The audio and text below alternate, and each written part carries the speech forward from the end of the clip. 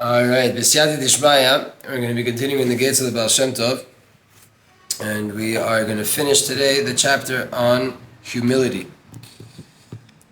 So, B'ezat Hashem, we have here a teaching from the Notzer Chesed, the Kamarna Rebbe, in Pirkei Avot, in Perk Dalet Mishnah Dalet, 4:4.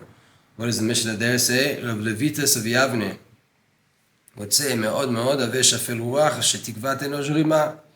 Be very, very humble in your spirit, because the end of man is to be eaten by maggots and worms.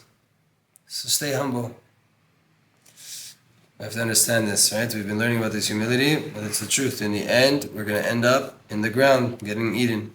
Don't make such a big deal about yourself. So let's see what they have to say about the Baal Shem Tov. Inyan gava u'mamash avodah zarah. Pride is really, really idol worship. There is no advice on how to get rid of pride. Hashem has to help you. We're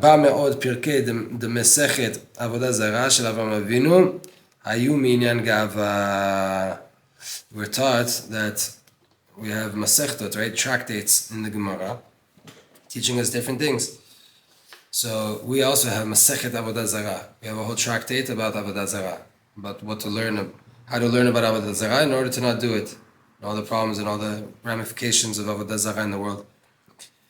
In that Masechet, it's not so big, but it used to be ginormous. They say Avraham Avinu had 400 Masechtot of Avodah Zarah. 400, like, so to say, tractates, just teaching about Avodah Zarah. What were they all about? Here they're telling us that it was all about pride. It's all about pride. It wasn't now about all these different religions in the world. Avraham Avinu's Masechet Avodah Zarah was about pride. It was about the inner world of a person. Because pride is mamash Avodah Zarah. It's to serve a foreign god. Maran Eloki Kodesh Kodeshim, our Rebbe, Holy of Holies, the light of 7 days, Or Shivat Yamin, Beno HaKadosh, our Holy Rebbe, Asher Chiyah et Nafshenu, V'Ga'al Otanu, who redeemed our souls, brought us to redemption out of the Yetzer Hara, and the net of the Sitra Achra, and from the mistake of the Klipot. V'Dibek Nafshenu Be'or Elyon Or Chaim, and he attached our soul to the supernal lights, the light of lives. Rabbeinu Or Nafshenu, Rabbeinu Rebbe, the light of our soul, Rav Yisrael ben Eliezer, the Baal Shem Tov HaKadosh, Afar ve'efer ani tachat kapot raglav, im iskeh, may we merit to be dust underneath his feet. והלוואי שיזכה להיות עפר תחת כפות רגליו, יצא נשמתו בטהורה. His soul left in purity, the Baal Shem Tov, and he said, Elohai, Ribon kol olamim, Al tevo'eni regel gava. He said, Master of the universe, my God, I'm coming to die. Please, please don't bring me to pride. Dying wish of the Baal Shem Tov. I call out to Hashem, please don't let me fall into pride. This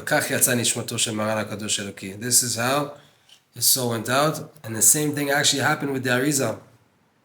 The Arizal said the same thing. Shomreni midei gava, said in Ladino, French, Spanish, whatever it was that the Ari decided to speak at that time. But he also had the same prayer to be saved from pride. Because you're not able to start any true avodah as long as your heart is still completely stuck in this sense of pride. And they're about to leave this world and start a new avodah of going back up to the heavens. They're praying, please don't let us fall into pride before we get there. What do you mean by avodah? Work, any spiritual work. You want to work on yourself? How could you do if you're prideful? You want to learn Torah? How could you if you think you know it all? You want to work on your prayer? Well, do you think that you have everything and that you're able to do anything? Or do you realize you're broken and you can't do anything by yourself and you need Hashem? To do any avodah, to do any kind of spiritual work, you need to have humility. ולא יצא הטמא והכת הארורה מן הדת, אלא על ידי גאווה וכעס. The tameh and the impure one and the bad sect only left our religion, talking here about that man that was on the cross and all of his followers, How did they get out of? How did they get kicked out of Judaism? Essentially, separate themselves from Judaism, anger and pride. Before the Baal Shem Tov passed away, he said to his students, you guys have to prepare for yourselves and find for yourselves a Rebbe that's going to illuminate the path for you. Because I'm going to his own world, he's going to the next world to come. And this was on Rosh Hashanah Rabbah, after the Khatimah, after everything was finished on Rosh Hashanah Rabbah. And they asked him, which tzaddik do we go to? Where do we attach our souls to? And these were young, the Talmidim at the time were young tzadikim. They hadn't, they hadn't really served enough to really be able to hold themselves. They still needed a Rebbe.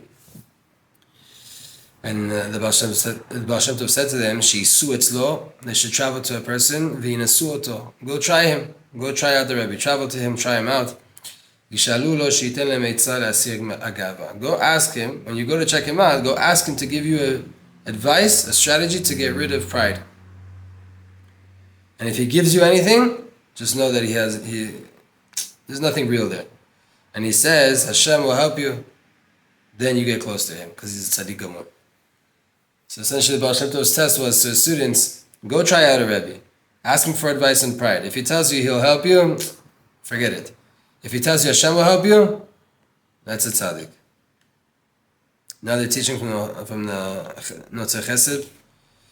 כדי שלא נלך בדרך טיפשות, מסר לנו מרן האלוקי הריבה שאין שום עצה להסיר הגאווה, so that we don't walk around like fools. The Baal Shem Tov passed us this advice, gave us the advice that there is no strategy to heal a person from pride. There is no way to completely get rid of your pride. שהוא עבודה זרה ממש, it's actual full-on idol worship.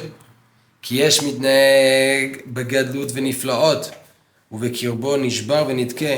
There's a person that out externally, he shows up on the scene, people know, he has confidence, externally he's great, he's a big person.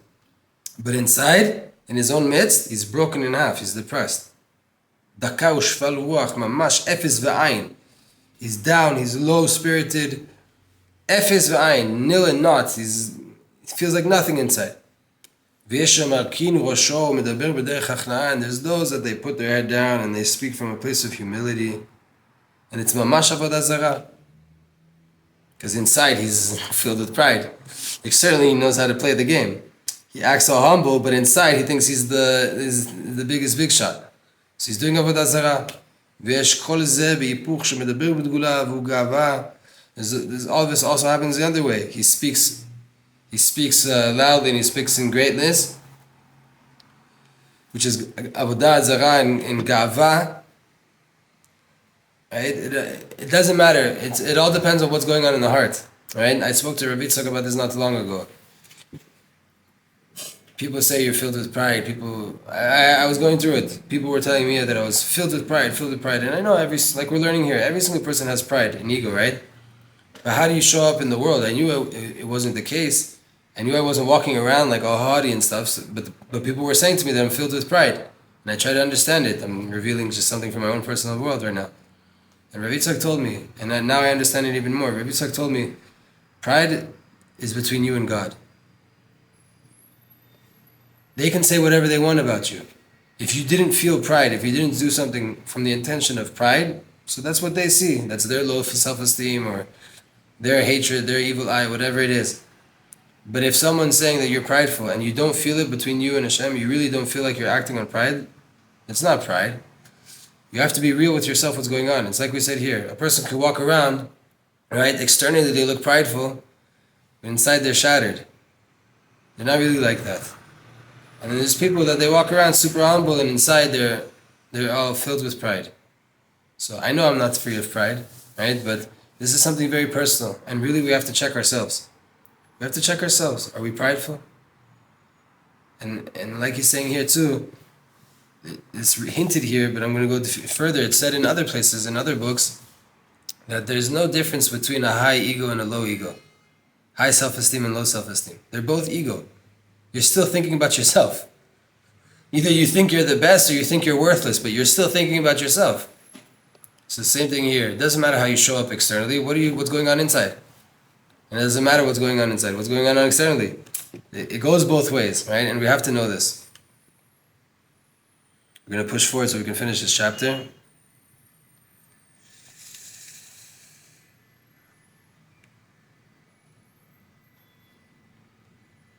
There's a story of the Baal Shem Tov that one time he told off one of his greatest students, the Rav Kadosh, Rav Michli, Michael Mizlachov. He was from the local towns. הפצירו מאוד בבעל שם טוב על ככה לאומר לו לקבל הרבנות. היא ממש... Sorry. This student went to the Baal Shem Tov and told him, you have to become a Rebbe, you have to take over the position of Rabbi of the city, chief Rabbi of the city. And Chas v'Chalila, he didn't want anything.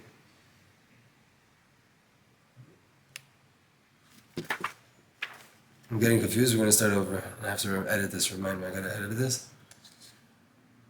There's a story here from the Baal Shem Tov, that one time, the Baal Shem Tov went to one of his students, most important students, Rav Michael Zlachov. And he told him that he has to become the chief rabbi of a certain town that was there. It was very important that he, as a student of the Baal Shem Tov, took over the rabbinical position. And he didn't want to, until the Baal Shem Tov got angry at him, got upset at him. And he said to him, if you don't listen to what I'm telling you now, just know that you're losing your portion in this world and the world to come. You have no more life in this world and in the world to come. You're not going to do it. And he said to him, even if I lose both worlds, I don't want a position of power in this world. That's what he told the Baal Shem Tov. As Anahu Baal Shem Tov, then the Baal Shem Tov answered him in joy and said, Baruch atah Hashem, blessed are you to Hashem, Baruch tamcha, and so too blessed is your reasoning. Zakah chulakach began Eden, fortunate are you in your portion in Gan Eden, in Garden of Eden. That you didn't get prideful in all the words. Again, this is his Rebbe, pumping him up, that he should be a chief rabbi. His own Rebbe is telling him, you gotta do it, and I'm getting angry, you're gonna lose both of your worlds. You're fitting, you're able to do it. And he didn't move. I don't want it. You can tell me I'll lose all my olam haba. Exactly, let it go. I do not want to have a position of power in this world. Ki anochi the Baal Shem Tov told him, I only came here to test you. And to know what's inside your heart. So to do good for you in the end of your days. So you see here, the Baal Shem Tov came to test one of his most important students, to try to pump him up to become a Rebbe. And he said, no way, don't want it, not interested. Not in this world or in the world to come. Why? Like it says in Pirkei Avot, Snata Rabbanut, you should hate power. You should hate positions of power. The majority of the time, they'll take a person out of this world. Make you lose your mind. Make you lose everything that's important to you. It's not easy. Not easy to being a person that is meant to have power and it's influencing people. A lot of expectations, a lot of hardships, a lot of pride. And a person should run away from these positions, should run away from these things. You see here that the Baal Shem Tov was important for him to get his student tested like that pump him up, just for him to be able to say, no, I don't want it. You taught me enough, I don't want it. Is that Hashem.